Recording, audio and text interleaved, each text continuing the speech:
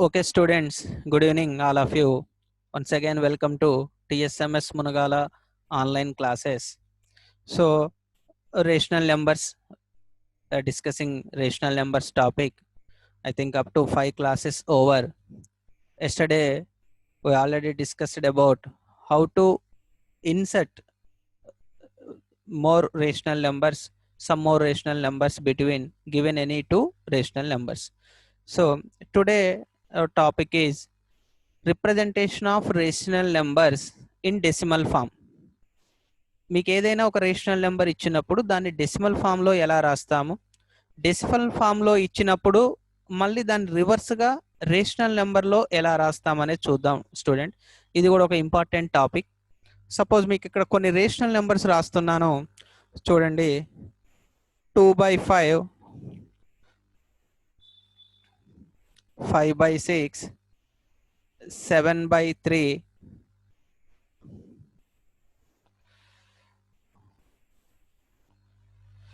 తర్వాత 9/8, తర్వాత 12/5, 1, 2, 3, 4, 5 ఇవి రాసామా. ఇప్పుడు డెసిమల్ ఫామ్లో ఎలా రాయాలో వీటిని చూడండి ఒక్కసారి. ఒక ఇచ్చినటువంటి రేషనల్ నెంబర్ని డెసిమల్ ఫామ్లో ఎలా రాస్తామంటే సింపుల్ అమ్మ. ఇప్పుడు 2/5 ఉంది, ఇది రేషనల్ నెంబర్, p/q ఫార్మాట్లో ఉంది. దీన్ని డెసిమల్ ఫార్మ్లో రాయాలి అంటే సింపుల్గా డివిజన్ చేయాలమ్మా. సో ఇక్కడ 2ని 5తో డివిజన్ చేయాలి. నాట్ పాసిబుల్ కాబట్టి పాయింట్ పెట్టుకుంటాం 0. 5 4 20. సో ఇక్కడ ఎంత వచ్చిందమ్మా డెసిమల్ ఫామ్లో 0.4 వచ్చిందమ్మా. ఇది 2/5 అని రాసాం. చాలా జాగ్రత్తగా అబ్జర్వ్ చేయండి స్టూడెంట్స్. తర్వాత 9/8 ఉంది, 9/8 ఉంది. సో ఇక్కడ దీన్ని ఎలా చేస్తాం, 9 పోతుంది కాబట్టి 8 1 8, రిమైండర్ 1 మిగులుతుంది. పోదు కాబట్టి మళ్ళీ పాయింట్ పెట్టుకొని 0. 8 1 8, 10 - 8 అంటే 2. సో మళ్ళీ 0 పాయింట్ ఆల్రెడీ ఉంది కాబట్టి 8 2 16, 4 మళ్ళీ 0 పెట్టుకుంటే 8 5 40, 0.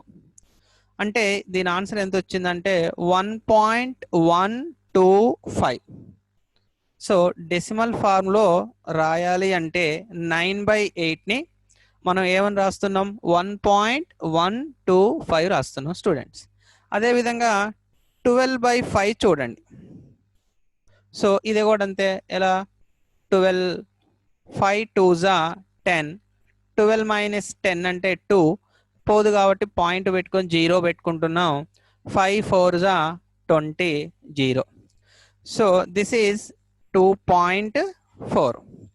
సో ఈ విధంగా డివిజన్ చేస్తే మనకి ఈజీగా ఇచ్చినటువంటి రేషనల్ నెంబర్ని డెసిమల్ ఫామ్లో రాయటం వస్తుంది. మీకు మైనస్ ఉంటే ఇక్కడ మైనస్ వస్తుంది, నో ప్రాబ్లం. అయితే ఇక్కడ మీరు గమనించేది ఒకసారి గమనించండి. ఇచ్చినటువంటి ఒక 6 ప్రాబ్లమ్స్లో 5 ప్రాబ్లమ్స్లో నేను ఒక 3 ప్రాబ్లమ్స్ చేశాను, మిగిలిన 2 ఇప్పుడు చేద్దాం. ఇక్కడ మీరు గమనిస్తే 0.4 ఇక్కడికి టర్మినేట్ అయిపోతుంది, అంటే డివిజన్ అయిపోతుంది. మనం పర్ఫెక్ట్గా డెసిమల్ ఫామ్లో రాసాం. ఇది కూడా అంతే, 1.125, 2.4. ఒకవేళ మీకు ఇక్కడ 0.4 ఇచ్చి డెసిమల్ p/q ఫామ్లో రేషనల్ నెంబర్ ఫామ్లో రాయండి అంటే ఎలా అంటే, సపోజ్ 0.4 ఇచ్చారు. అప్పుడు ఏం చేయాలి మనం, దీన్ని మామూలుగా ఇంతకుముందు డెసిమల్స్లో చెప్పాను, ఫ్రాక్షన్స్లో పాయింట్ బదులు 1 రాసుకొని పాయింట్ తర్వాత ఎన్ని డిజిట్స్ ఉన్నాయో చూసి అన్ని జీరోలు రాసుకోవాలి. అంటే 0.=4/10 అంటే 2 2 4, 2 5 10. అంటే ఇది ఏమవుతుందమ్మా, 2/5. చూడండి, ఇలా ఇస్తే ఇలా రాసాం, p/q రేషనల్ నెంబర్లో ఇస్తే డెసిమల్ ఫామ్లో రాసాం, డెసిమల్ ఫామ్లో ఇస్తే రేషనల్ నెంబర్లో రాసాం. ఈ రెండు రావాలి మనకి. నెక్స్ట్ 1.125 ఇస్తే ఎలా రాస్తాం, 1125 పాయింట్ బదులు 1, పాయింట్ తర్వాత 3 డిజిట్స్ ఉన్నాయి కాబట్టి 3 zeros పెట్టుకుంటాం. ఓకే అమ్మా. ఇది మనం ఈజీగా చెప్పాలి అంటే మనకి 5 టేబుల్లో క్యాన్సిల్ చేయొచ్చమ్మా, లేదా 25 టేబుల్లో చేద్దాం సింపుల్గా. 25 4 100, తర్వాత 12 మిగులుతుంది, 25 5 ఇది 25 40 45/40 మిగిలిందమ్మా, 5 9 5 8 9/8. సో మళ్ళీ 9/8 వచ్చిందమ్మా. మనం సింప్లిఫై చేస్తే, క్యాలిక్యులేషన్ చేస్తే, క్యాన్సిల్ చేస్తే 9/8 వచ్చింది. నెక్స్ట్ 12/5 అంటే 2.4. 2.4 ఏమని రాస్తాం, 24/10 రాస్తాం. 2 12s 2 5s 12/5. సో ఈ 3 ప్రాబ్లమ్స్ వరకు క్లియర్. ఇచ్ p/q ఫామ్లో ఇస్తే డెసిమల్ ఫామ్లో రాసాం, అంటే రేషనల్ నెంబర్లో ఇస్తే డెసిమల్ ఫామ్లో, మళ్ళీ డెసిమల్ ఫామ్లో ఇస్తే రేషనల్ నెంబర్ ఫామ్లో రాయటం సింపుల్. ఇది ఇలా రాయాలంటే డివిజన్ చేయాలి, ఇలా రాయాలంటే పాయింట్ తీసి పాయింట్ బదులు 1, పాయింట్ తర్వాత ఎన్ని డిజిట్స్ ఉంటే అన్ని జీరోస్ పెట్టుకొని క్యాన్సిలేషన్ అయితే క్యాన్సిలేషన్ చేస్తే మీకు అట్టించిటు ఇట్టించటు వస్తుందమ్మా. ఇంతవరకు క్లియర్. ఇకపోతే మనం తీసుకున్న ఎగ్జాంపుల్స్లో మీరు ఒక్కసారి గమనించండి. 5/6 7/3 9/8 సారీ 5/6 7/3 రెండు ఉన్నాయి. ఈ రెండింటిని చూద్దాం, డెసిమల్ ఫామ్లో రాసి చూద్దాం. ఫస్ట్ 5/6 తీసుకుందాం అమ్మా. 5/6 మామూలుగా యాజ్ యూజువల్గా ఏం చేస్తాం, మనం డివిజన్ చేస్తాం. పోదు కాబట్టి ఏం చేయాలి, 0 పాయింట్ పెట్టుకొని ఒక 0 పెట్టుకుంటాం. So 6 8s 48. ఎంత మిగులుతుందమ్మా, 2 మిగులుతుంది. సో మళ్ళీ 0 పెట్టుకుంటాం, పాయింట్ ఆల్రెడీ ఉంది కాబట్టి. 6 3s 18. మళ్ళీ ఎంత మిగులుతుంది, మళ్ళీ 2 మిగులుతుంది, మళ్ళీ 0 పెట్టుకుంటాం. మళ్ళీ 6 3s 18. మళ్ళీ ఎంత మిగులుతుంది, 2. మళ్ళీ 0 పెట్టుకుంటాం, మళ్ళీ 6 3s 18. ఇది ఎంత దూరం పోద్ది, ఎంత దూరం అయినా పోద్ది. నేను కోదాడలో ఉన్న, మీరు మునగాళ్ళు ఉన్నారో ఆకుపాములు ఉన్నారో ఎక్కడ దాకా ఉన్నారో అక్కడ దాకా ఎంత చేసినా ఇది ఇంతే పోతుంది. అంటే ఇది ఎండ్ కాదు, అంటే టర్మినేట్ కాదమ్మా. దీన్ని ఎలా రాస్తామంటే చూడండి, 0.2333 సో ఆన్. పోదు, మీకు అసలు డివిజన్ కాదు. 20 ఎన్నిసార్లు చేసినా అదే 2 వస్తుంది. దాన్ని అలానే తెగ్గొట్టేయలేం. అంటే దీన్ని 5/6ని ఏమని రాయొచ్చమ్మా, 0.2333 సో అని రాస్తాం. సో దీన్నే షార్ట్ కట్లో ఎలా రాస్తామంటే 0.2 ఏ నెంబరు లేదా ఏ సిరీస్ ఆఫ్ నెంబర్స్ రిపీట్ అవుతున్నాయో, వచ్చిందే వస్తుందో ఒకసారి చూడండి. 3 ఒక్కటే వచ్చిందే వస్తుంది. ఈ ఏదైతే వచ్చిందే రిపీట్ అవుతుందో దాని మీద చిన్న బార్ పెట్టాలమ్మా. అప్పుడు దీన్ని ఎలా చదవాలంటే 5/6 is equal to 0.23 bar. 0.23 bar. Bar అనేది 3కే ఉందమ్మా. అంటే దేని మీద అయితే బార్ ఉందో ఆ నెంబర్ వస్తూ ఉంటుంది, రిపీట్ అవుతూ ఉంటుంది. మరి డెసిమల్స్ని ఏమని పిలుస్తామంటే, ఇప్పుడు ఇందాక 2/5 తీసుకున్నాము, 9/8 తీసుకున్నాము, 12/5 తీసుకున్నామమ్మా. అవన్నీ డివిజన్ అయిపోయి టర్మినేట్ అయిపోయింది, ఒక దగ్గర అంతమైంది. వాటిని ఏమంటామంటే టర్మినేటింగ్ డెసిమల్స్ అంటామమ్మా. TD, terminating decimals. ఎక్కడో చోట డివిజన్ అనేది అంతమవుతుంది, అంటే ఎండ్ అవుతుంది, ప్లస్ మనం క్లియర్గా రాయొచ్చు వాటిని టర్మినేటింగ్ డెసిమల్స్ అని పిలుస్తాం. ఇక్కడ మరి 5/6 చూడండి, ఇది టర్మినేట్ అవుతుందా, అంటే ఎండ్ అవుతుందా, డివిజన్ కావట్లేదు. వీటిని నాన్ టర్మినేటింగ్ డెసిమల్స్ అంటాం. నాన్ టర్మినేటింగ్ డెసిమల్స్ అంటాం. మళ్ళీ వీటిల్లో ఇంకొక ప్రాపర్టీ ఉందమ్మా, నాన్ టర్మినేటింగ్ డెసిమల్స్. అండ్ ఈ వీటిల్లో ఏదన్నా ఒక నెంబరు కానీ ఒక సిరీస్ ఆఫ్ నెంబర్స్ కానీ రిపీట్ అవుతూ ఉంటుంది. దీన్ని ఏమంటామంటే ఆర్, అంటే రిపీటింగ్ లేదా రికరింగ్, వచ్చిందే వస్తూ ఉంటుందమ్మా. ఈ రెండింటిని కలిపి నాన్ టర్మినేటింగ్ అవుతుంది decimal plus repeating.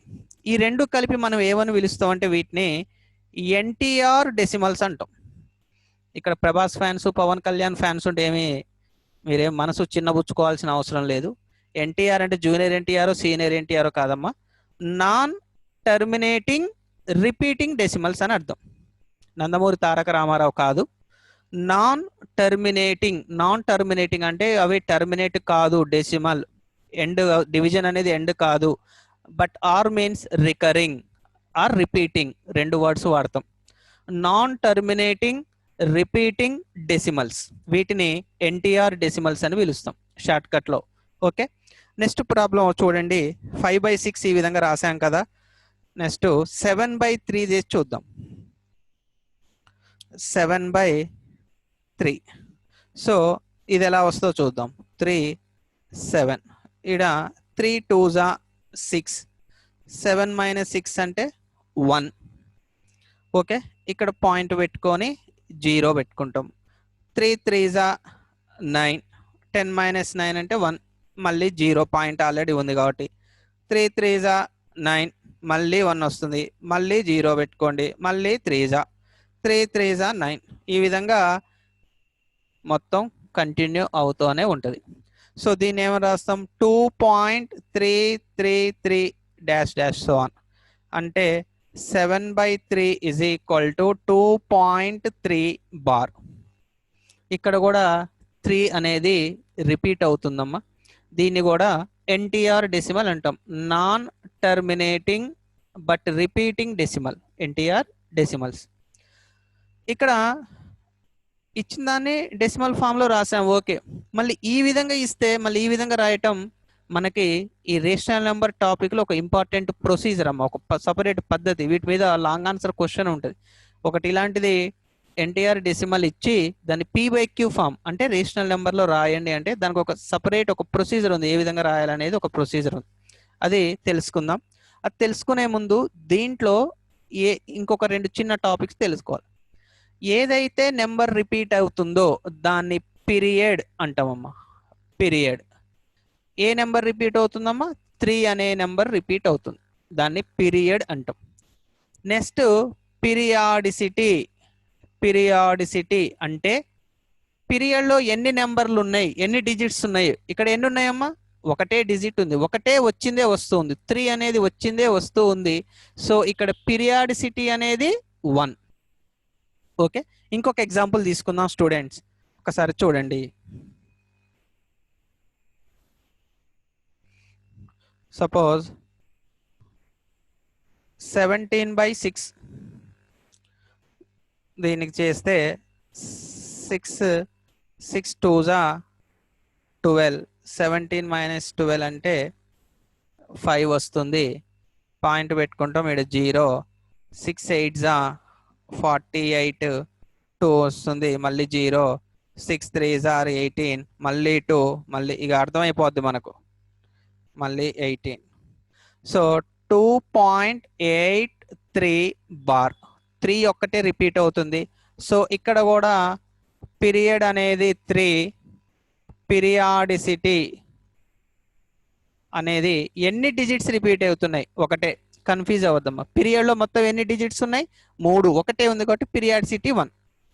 Okay, next ఇంకొక ప్రాబ్లం చూద్దాం.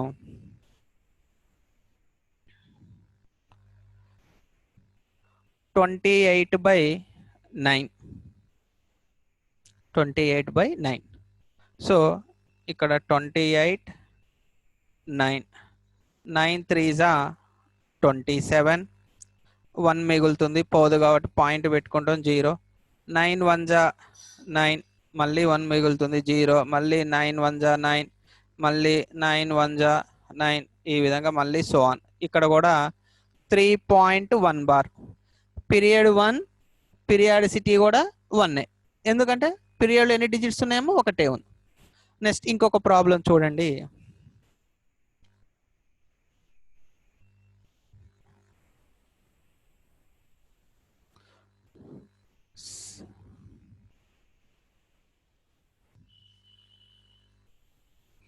(75/11). So 75, 11 6s 66. ఎందుకంటే 11 7s 77 ఎక్కువైపోతుందమ్మా. సో 66 ఎంత మిగులుతుందమ్మా? 15 - 6 అంటే 9. పోదు కాబట్టి పాయింట్ పెట్టుకుంటాం 0. 11 8s 88. ఎంత మిగులుతుంది? 2, మళ్ళీ 0, పాయింట్ ఆల్రెడీ పెట్టాం. 11 1s 11, 20లో 11 పోతే 9, మళ్ళీ 0. 11 8s 88. ఎంత మిగులుతుంది? 2, 0, మళ్ళీ 11 1s 11, మళ్ళీ ఎంత మిగులుతుంది 9 మిగులుతుంది 0 11 8 జా 88 2 మిగులుతుంది మళ్ళీ 0 పెట్టుకుంటాం 11 1 జా 11 మళ్ళీ 9 మిగులుతుంది మళ్ళీ 11 8 జా 88 మళ్ళీ 2 మిగులుతుంది 0 11 1 జా 11 మీరు చూడండి డివిజన్ ఎండ్ కాదు వచ్చిందే వస్తూ ఉంటది ఇక్కడ చూడండి అమ్మా ఏమేమి రిపీట్ అవుతున్నాయి ఒకటి రిపీట్ అవ్వట్లేదమ్మా 818181 సో ఇక్కడ రెండు డిజిట్స్ రిపీట్ అవుతున్నాయి రెండిటి మీద బార్ రాయాలమ్మా 6.81 బార్ సో ఇక్కడ పీరియడ్ ఏంటిది ఏవేమి రిపీట్ అవుతున్నాయి 81 నెక్స్ట్